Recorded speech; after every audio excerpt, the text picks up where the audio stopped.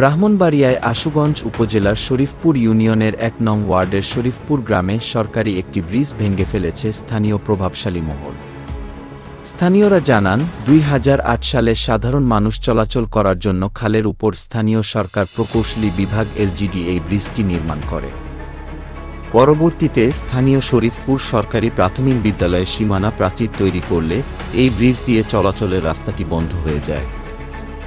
Bridge দিয়ে চলাচল বন্ধ থাকার সুযোগে সরকার কর্তৃক কোনো প্রকার অনুমতি ছাড়াই স্থানীয় প্রভাবশালী মৃত আব্দুর রৌফের ৩ ছেলে এরশাদ, নজরুল, রফিক এলাকার কিছু স্থানীয়দের সাথে নিয়ে এই ব্রিজটির বেশ কিছু অংশ ভেঙে ফেলে।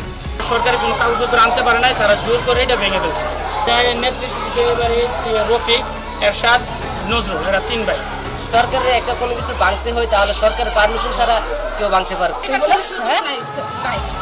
এরপরে বাচ্চা কেমনি স্কুল আইব, স্কুল তো আছে সব ভালো লাগে, কিন্তু রাস্তা বন্ধ করে পড়ে। এ বিষয়ে স্থানীয় সরকার প্রকৌশলী বিভাগ প্রধান নির্বাহী কর্মকর্তা মোহাম্মদ আব্দুল মান্নান জানান, বিষয়টি আমার জানা নেই, তবে আমি স্থানীয় উপজেলার কর্মকর্তাদের পাঠিয়ে সরজমিনে গিয়ে তদন্ত করে প্রয়োজনীয় ব্যবস্থা নিব। ব্রাহ্মণবাড়িয়া থেকে আহসানুল হক নয়নের পাঠানো তথ্যচিত্রে নিউজ ডেস্ক, বাংলাদেশ আমার।